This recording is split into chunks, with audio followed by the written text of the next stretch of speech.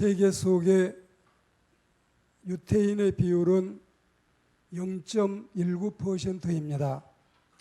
현재 세계 인구 77억 가운데 1,400만 명쯤 되고, 그것도 자국에만 모여 있지 않고 세계 만방에 흩어져 있는 숫자들이 그러합니다. 그런데 이 소수 민족의 세계 활약상은 실로 엄청납니다. 그냥 단순히 노벨상 수상자로만 이 시간에 한번 말을 해보겠습니다. 인구수는 겨우 0.19%, 0.2%가 되지 않는 사람들이 노벨상 수상자의 비율은 무려 22.3%나 된다는데 놀라움을 금치 못합니다. 이를테면은 1000명이 1000번 상을 받는데 19명이 223번이나 상을 받는다면 이 놀라운 사실을 여러분 쉽게 믿을 수 있겠습니까? 야구 경기장에서 1000분지 35 때문에 안타가 나온다고도 하지만 1000번에 223번 상을 19명이 다 받는다고 하면 도대체 이들이 어떻게 자라서 어떻게 공부를 했고 어떻게 연구하고 어떻게 글을 썼는지 어떻게 살았기 때문에 이런 엄청난 결과가 나오게 됐을까요? 근데 이 시간에 우리는 노벨상도 노벨상이지만 노벨상보다 더 중요한 인생 일대기에 대한 상이 있다면 이 점에 대해서 우리가 더 관심을 갖고 말씀을 듣도록 해야 되겠습니다. 물론 이 노벨상도 문학상도 있고 평화상도 있고 경제학상도 있고 물리학상도 있고 그리고 화학상이나 의학상도 있기 때문에 그들이 이렇게 상을 많이 받는다는 것은 전반적인 데에 영향력을 끼치고 있다는 뜻이기도 합니다. 이런 상의 개념이 아닌 이제 오늘 우리는 어떻게 살까요? 우리가 이렇게 주어진 내 삶의 작은 이 세월을 어떻게 우리가 살아야 될까? 섬김과 헌신의 개념에 있어서 하나님의 영광을 위한 가치 있는 생의 목적과 자세를 말씀드리고자 하는 것입니다. 자, 먼저 우리는 여러분 생의 목표를 어디에 두고 살까요? 우리는 하나님의 말씀에 근거해서 생의 목표를 설정하고 그렇게 살아가야 되겠습니다. 전도서 12장 13절 말씀에 지시하셨듯이 하나님의 영광을 위해 살고 자신의 구원을 위해 진력하고 그리고 또한 인류를 위해서 봉사하고 사랑하며 살도록 하는 것이 인생의 목적입니다.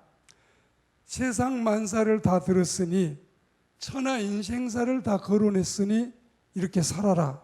이게 바로 전도서 12장 13절 말씀입니다. 애당초에 우리가 생의 목표를 바로 세우고 살지 않으면 내 인생은 제멋대로 살게 되고 옳은 인생을 살 수가 없습니다. 진정한 생의 목표의 향방을 잃어버리게 되고 바른 인생으로 또 사람들에게 존경받고 닮고 싶은 인생으로 살아갈 수 없다는 뜻입니다. 이것은 바로 사람의 제일되는 목적을 상실하면서 비롯되는 것입니다. 이것이 바로 인생의 생애 계획을 실패로 잡으면 그 자체가 실패이기 때문에 당연히 인생은 실패로 이 매듭을 맺기 마련이고 목표를 세워서 바로 살면 은혜로운 인생을 살 수가 있습니다. 우리는 무엇보다도 하나님 제1주의 그리고 이타 제2주의 그리고 자신은 제3주의로 사는 것이 성경의 가르침입니다.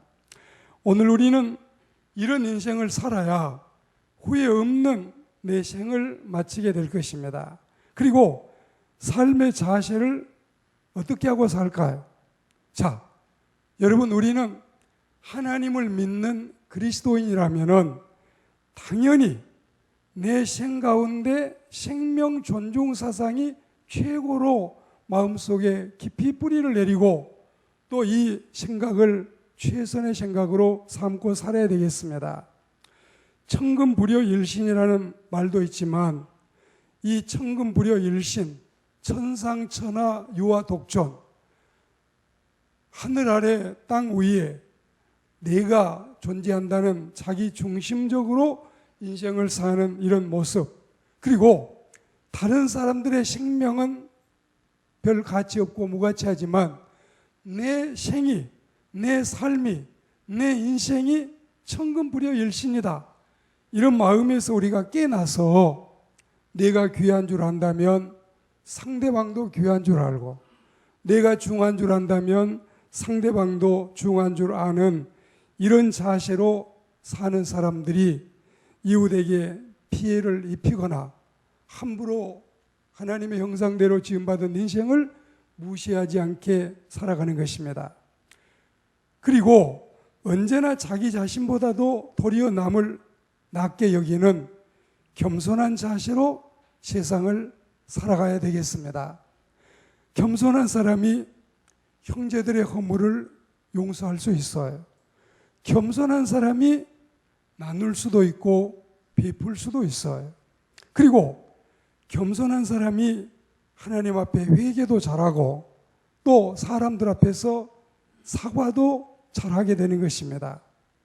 여러분, 부모님이 자식들 앞에서 이건 엄마가 잘못했다, 이건 정말 아빠가 실수다, 미안하다, 이 말 쉽게 할 수 있을까요? 스승이 제자들을 모아놓고 어머, 이건 내가 잘못했네, 이해해주라, 사과한다, 이렇게 쉽게 말할 수 있을까요? 사역자들도 마찬가지지요. 그러니까 회개를 잘하는 사람, 사과를 잘하는 사람은 결국 겸손한 사람들입니다. 성실한 마음과 진정성을 가지고 세상을 대하고 내가 맡은 일감을 대하고 형제와 자매를 대하고 하나님의 교회를 대하고 그렇게 하나님을 향한 믿음을 우리가 지켜나가야 이런 사람을 하나님이 귀히 보시고 이런 사람에게 은총을 허락하실 줄 믿습니다.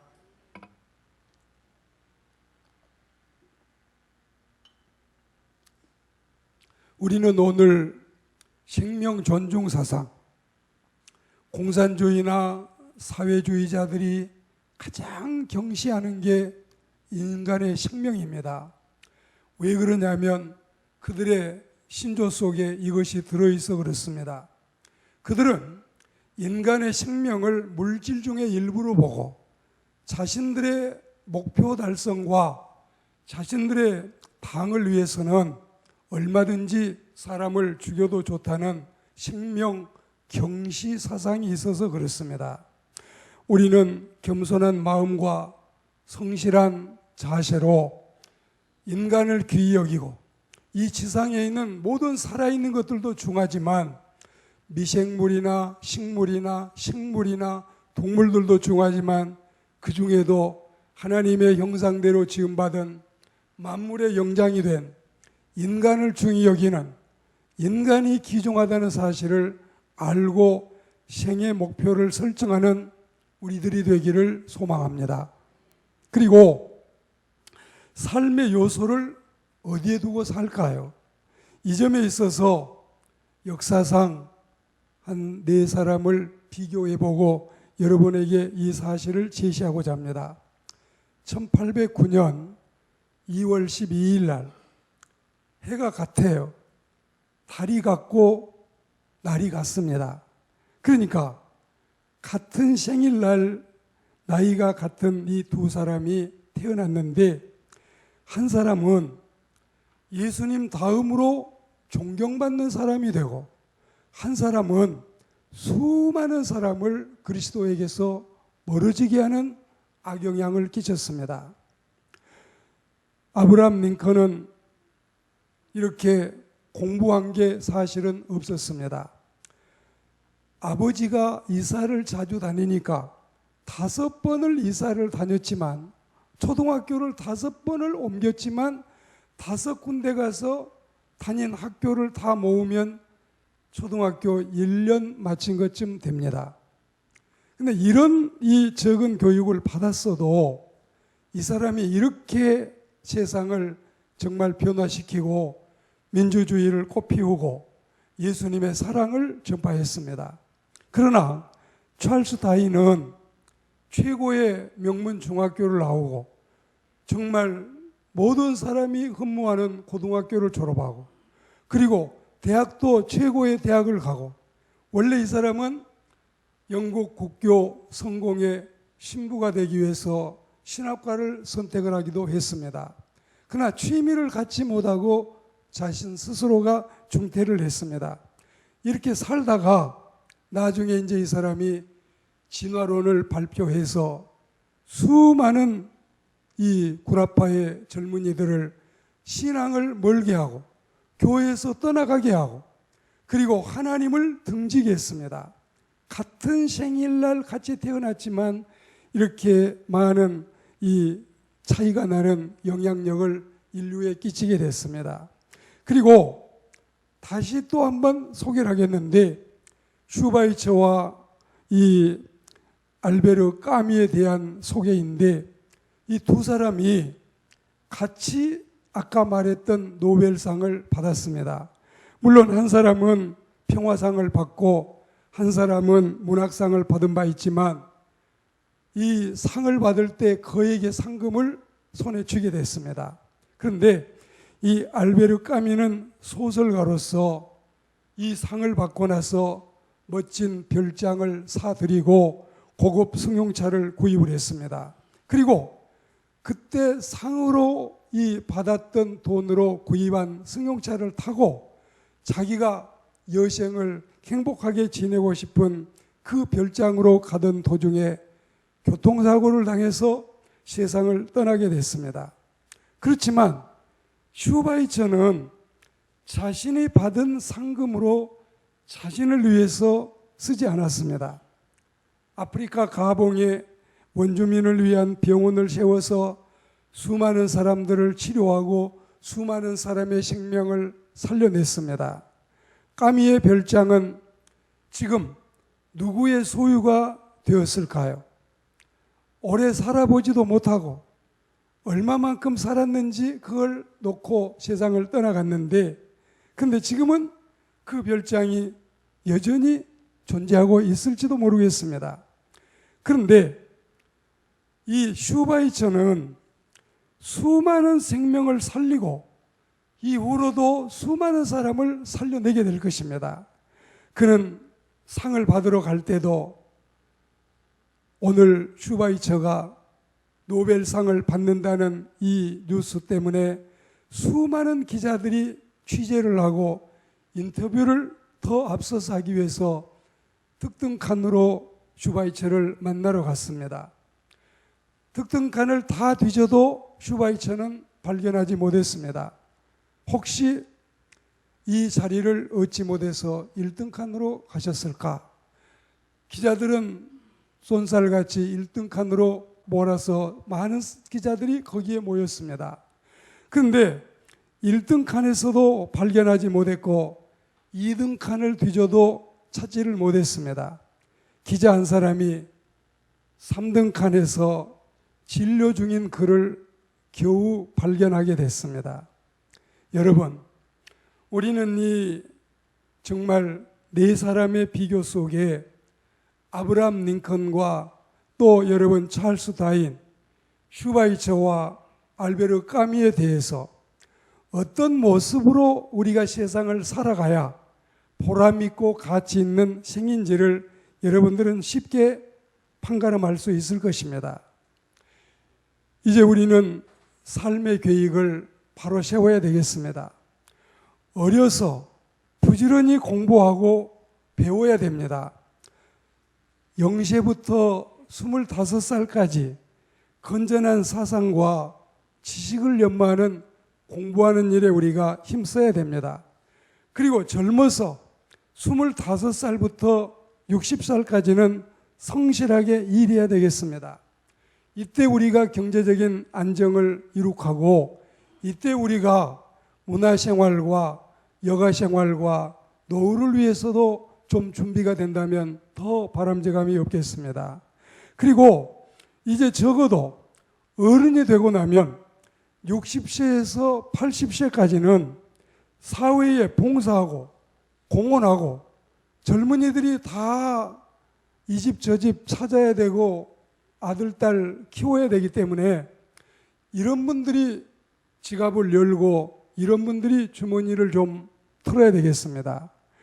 지식도 사람들에게 나누어주고 선한 일에도 힘쓰고 또 여러분 재능 기부도 하고 그렇게 해서 60에서 80까지는 정말 내가 세상에 나와서 그동안에 수없이 많은 혜택을 입었는데 이제는 우리가 세상을 하염없이 아름답고 빛나게 하겠다는 마음의 다짐이 필요하겠습니다. 그리고 80세에서 100세까지는 이제 하나님의 부르심을 받을 때까지 은은한 노년, 여유로운 심신, 행복한 하루하루를 우리가 지낼 수 있도록 기도하면서 건강을 유지하고 준비해야 되겠습니다. 모름지기 멋진 인생은 이뤄야 할 것입니다. 공부할 때 공부해야 대학교에서 5군데, 7군데서 우리 학교로 오라고 아우성일 겁니다.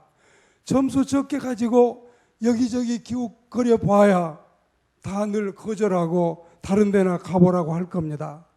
일할 때 일해야 됩니다. 여러분 정말 이마에 땀을 흘려서 성실하게 살아야 됩니다.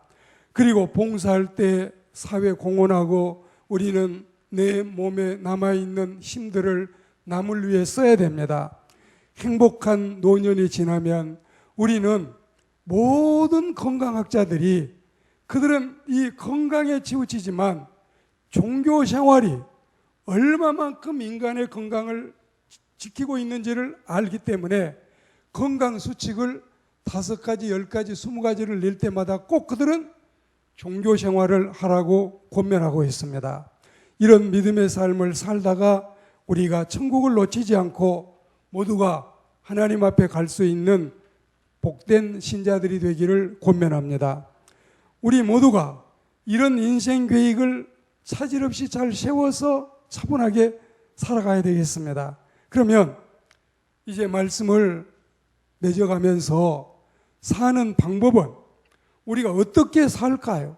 오늘 메시지의 제목처럼 어떻게 살까요? 오늘 듣는 삶의 차원이 무척 높습니다. 그 기대치가 또한 월등히 상위 그룹입니다. 본문 로마서 14장 7절과 8절 말씀도 보통 평범한 범인들은 도저히 넘나볼 수 없는 차원이 높은 삶의 모습을 우리에게 제시하고 있습니다. 이미 성경이 이걸 선언하고 있어요. 우리 중에 누구든지 자기를 위하여 사는 자가 없고 자기를 위하여 죽는 자도 없도다. 이 차원이 여러분 보통 차원이 아니에요. 그리고 8절에 보시면 우리가 살아도 주를 위하여 살고 죽어도 주를 위하여 죽나니 그러므로 사나 죽으나 우리가 주의 것이로다.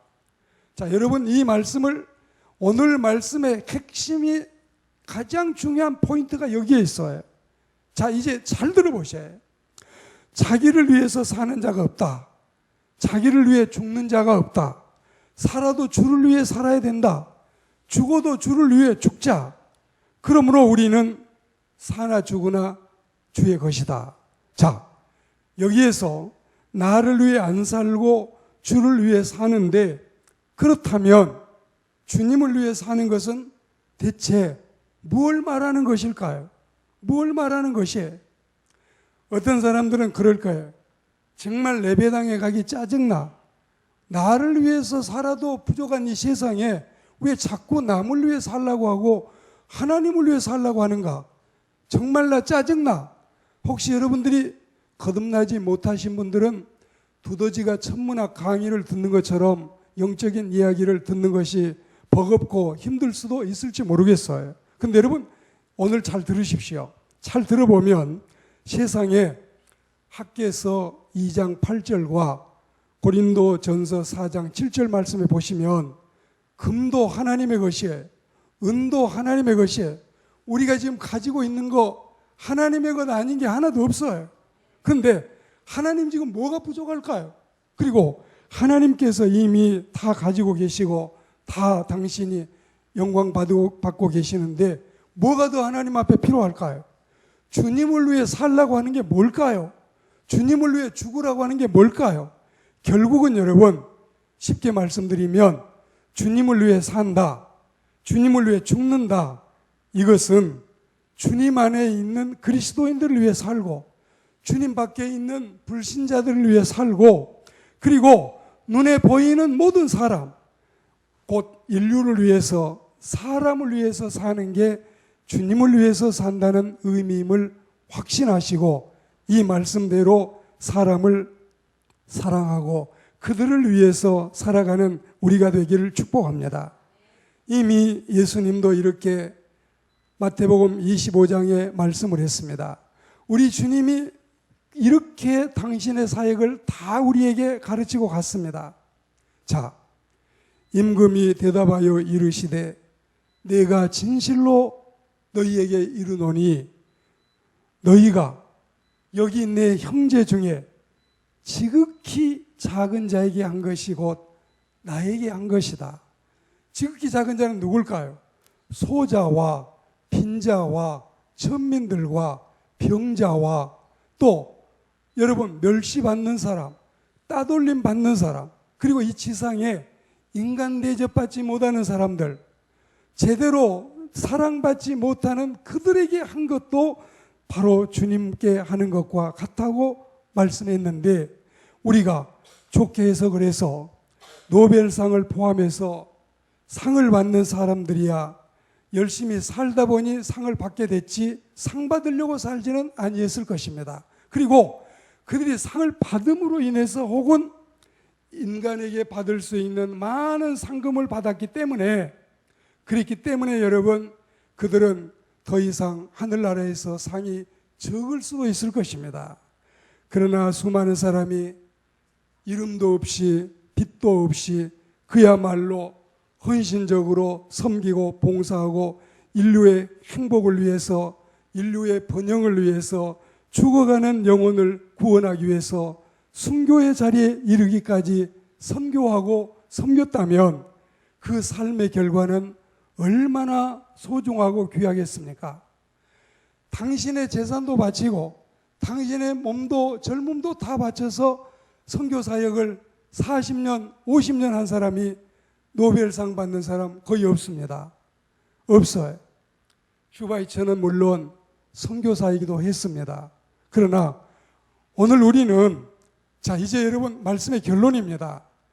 주님을 위해 살라 했는데 주님을 위해 살았던 것은 결국은 형제와 자매를 위해 사는 것이었습니다. 그리고 형제와 자매를 위해서 살았던 게 천국에 가보니 이게 다 누구를 위해 살았던 것일까요? 누구를 위해서?